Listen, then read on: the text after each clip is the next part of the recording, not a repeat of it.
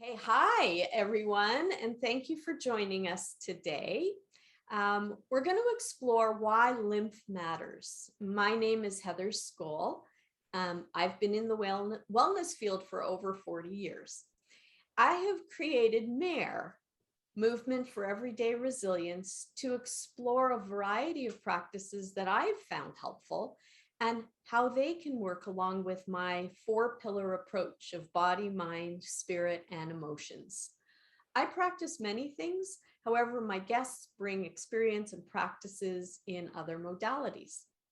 This is a 30-minute session. So first, I'll ask some questions to our special guest. She will do a demonstration that we can participate with, and we'll leave about 10 minutes for questions and answer, a Q&A session. So feel free as well to put questions or comments in the chat throughout the session.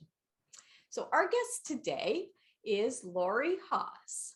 You want to just wave, Lori? There we go. All right. Lori is a registered kinesiologist who's been in practice for over 25 years. Her specialty is pain and injury rehabilitation, and her practice uses the healing modalities of matrix repatterning, lymphatic system therapy, resistance stretching, and red light therapy. And this helps her clients heal. Lori looks at the whole body, not just at the site of pain or injury. And one of her goals is to not only heal her clients' injuries that they specifically may have come in to see her for, but also to increase their overall energy and vitality. So please help me welcome Lori. Lori. Thank you. All right, Lori, can you tell us about who you are and how you came to the work that you do? Well, I'm a registered kinesiologist, and I've been in this field, like you said, for over 25 years. And I loved helping people recover from injuries, basically trying to figure out what's going on in the body and trying to heal it. So whether somebody comes in for like neck pain, shoulder pain, knee pain, just trying to get out to the bottom of why they're experiencing that pain. And just because somebody comes in to see me with knee pain, that doesn't necessarily mean that's where the problem is. A lot of other therapies, you go in, let's say a physiotherapist, and they'll just concentrate on your knee. They might do ultrasound, stretches for your knee, and maybe the muscles around it. But what I tend to do is I look at the whole body. So that's where my matrix repatterning comes in, the lymphatic system work that I do, the stretching that I do as well, and the red light therapy. Great, thank you. Okay, so my next question is really about matrix repatterning. Now, I've experienced it many times, and I've come out of sessions feeling sometimes more energized and sometimes like super sleepy. But I've also felt like sometimes I come out feeling taller. Sometimes I feel like I'm smoother, if that makes sense. So the experience is often different. And yet, when I go to the car, if my husband's picking me up, it's like, oh, well, what did she do? And it's almost like I can't really explain. So I'm wondering if you can explain about matrix repatterning. Sure. So matrix repatterning was created by Dr. George Roth, probably over 30 years ago. He was looking for a better way to help heal people.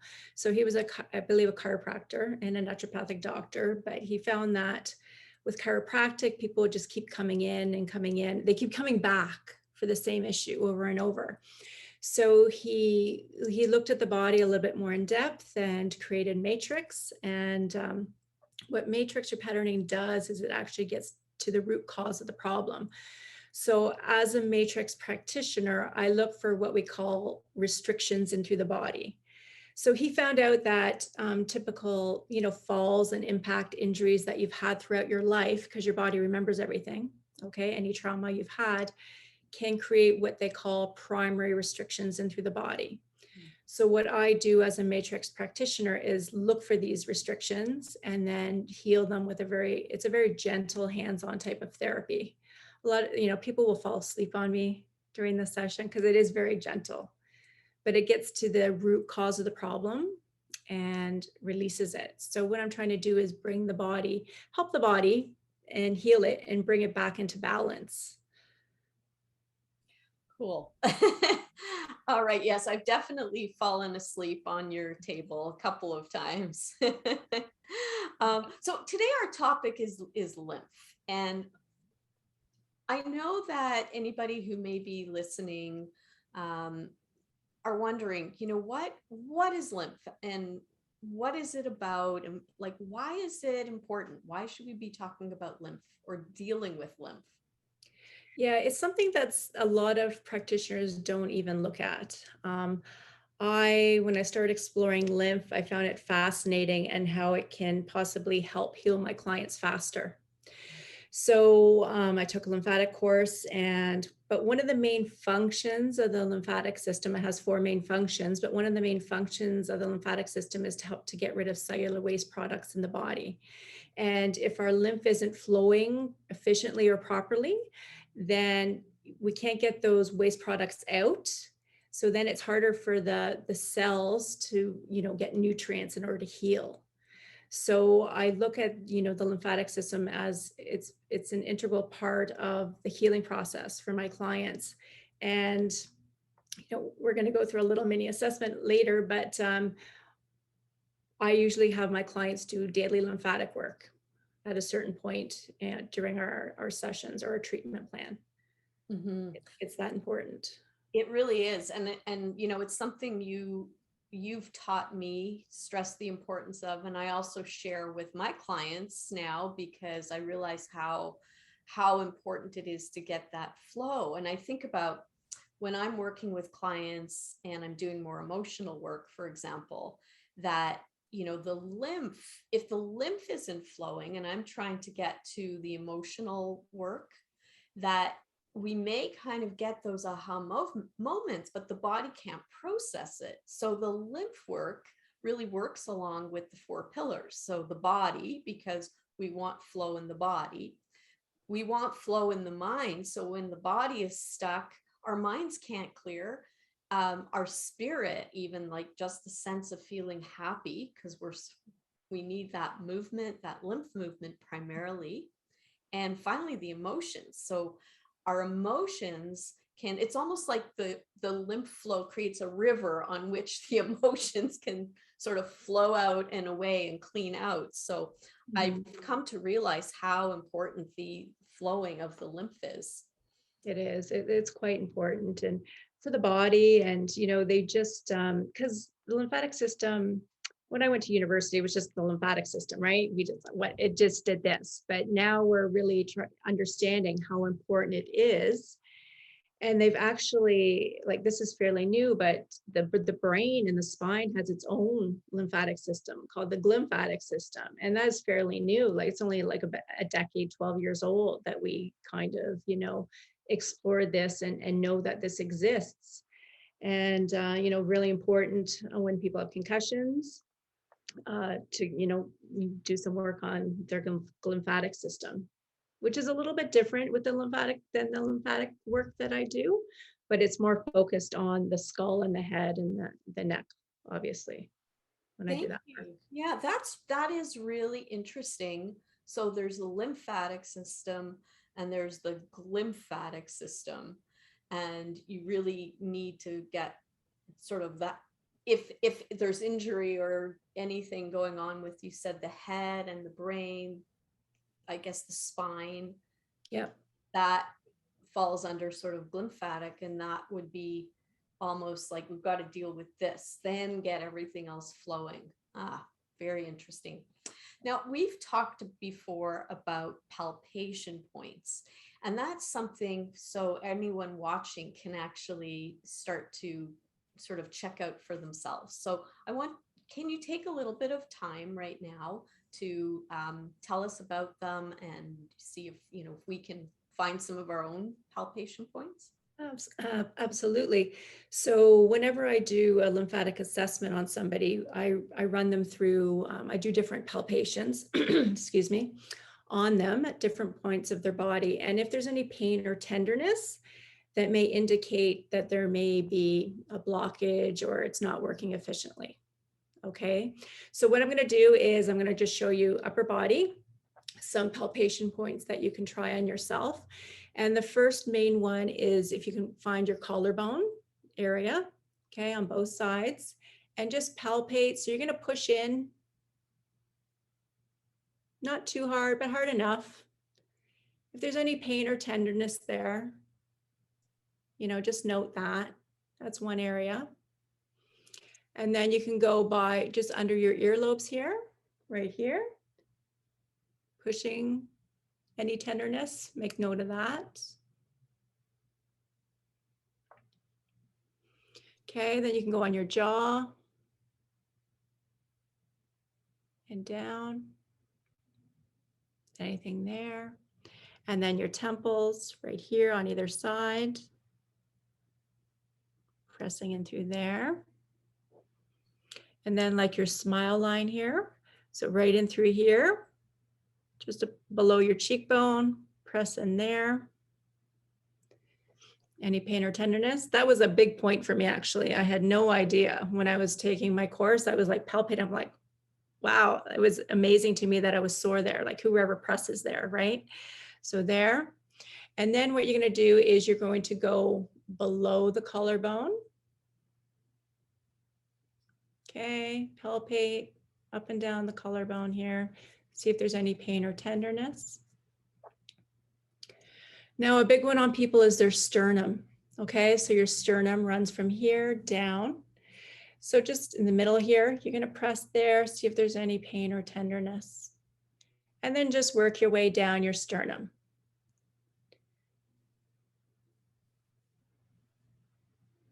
Okay.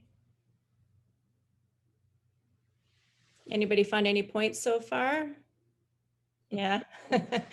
Okay, so then what you're going to do is you're going to just under your sternum here, by your ribs, you're going to go down the center of your belly. And that's a big one for a lot of people as well. A lot of pain and tenderness down the center of the belly. And then you're just going to work your way around your belly button. So press around your belly button. See if there's any pain or tenderness.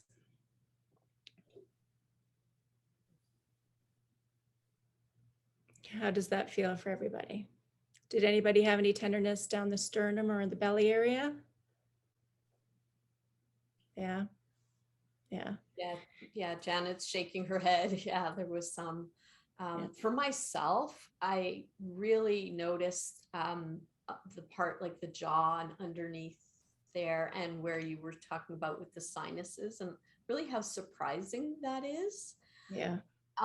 Although some days I can really feel tightness and sort of discomfort in the top, sort of below the breasts, but above the belly, like in there. But today, no, not so much. So that one's not so tight.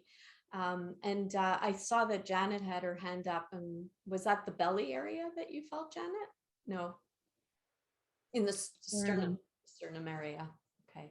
Yeah, that's a big one. And then we go through like in between the ribs of the sternum, you know, we palpate there. If you want to do that, you can do that as well in between each rib, and just feel if there's any pain or tender. Sometimes, you know, there might be tenderness below, you know, between the breasts, and sometimes above it, you know, everybody's different. I know you're going to show us a flow, like a sequence to do. Now, I'm assuming that all the points aren't necessarily in like a general flow, but if we were just to, you know, if we're lying in bed before bed or waking up in the morning and we're just sort of like palpating around, are we just sort of tapping? Are we pushing? What's the best way to sort of support ourselves if we're coming to palpation points? Yeah, so when we're doing, I call it the daily 7 that I have my clients do.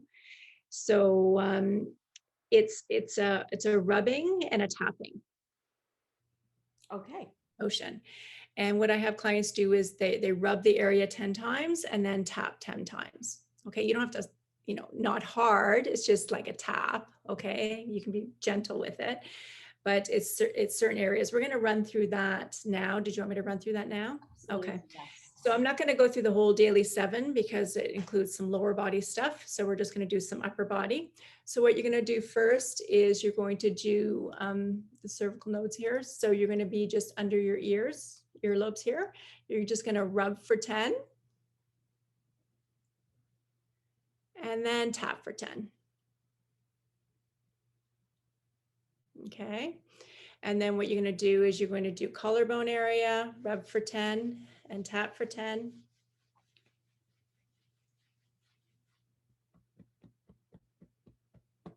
Okay.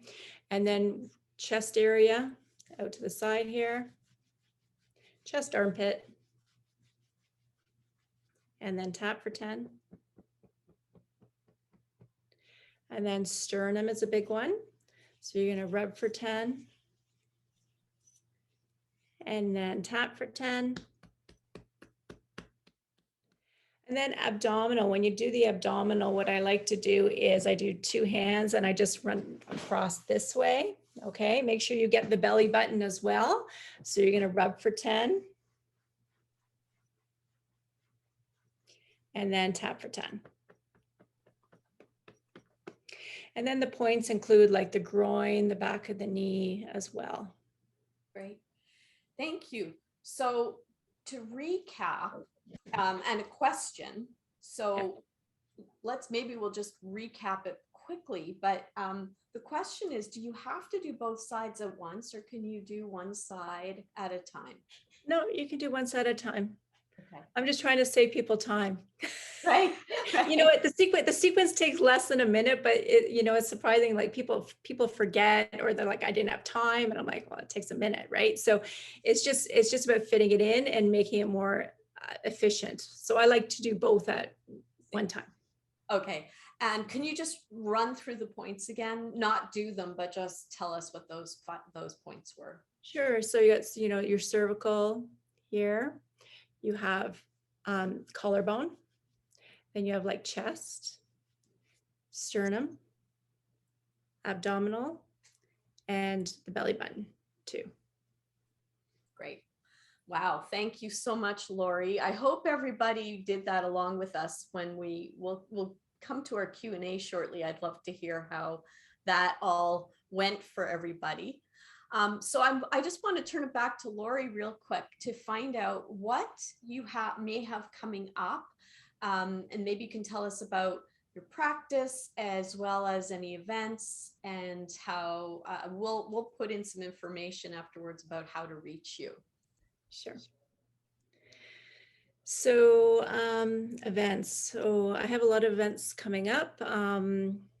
I do meditation as well. So I have a pop-up meditation coming here to the clinic on Thursday. So I'm doing that. It's in person. And I've started doing Wednesday wellness workshops, which Heather, you're going to come in May, which is fantastic to do a talk.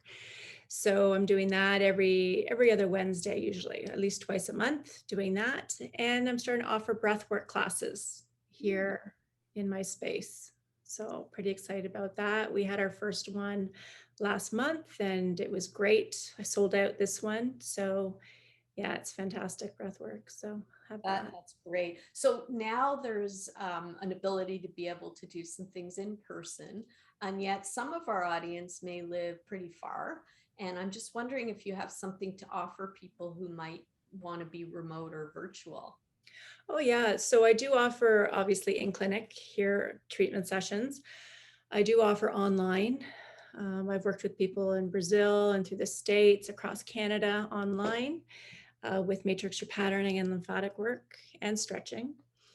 And I also offer an online self-treatment program where I teach people about the lymphatic system, how to do the daily 7, how to do the assessments.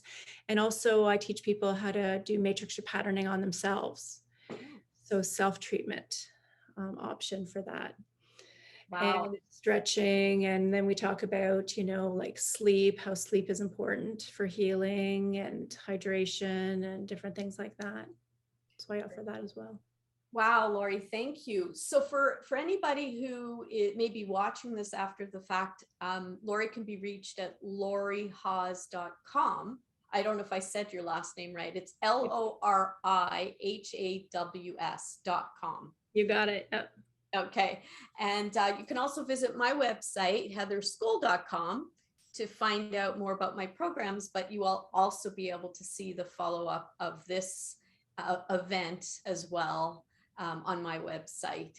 So there's so many, different types of people who would come to you, Lori. So it could be for healing, for better performance. It could be people who have had, a life of various, sometimes we think a small injury really is not important, but it is if it hasn't gone into that river and flowed out of the body, if somehow the trauma is still there in some way.